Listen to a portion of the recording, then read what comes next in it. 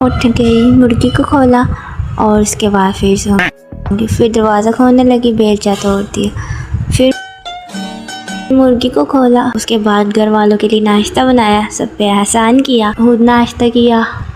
फिर दाल से कीड़े निकाले, काश घर वालों से भी निकाल सके। उसके बाद दाल को बनाया, मसाला चल गया।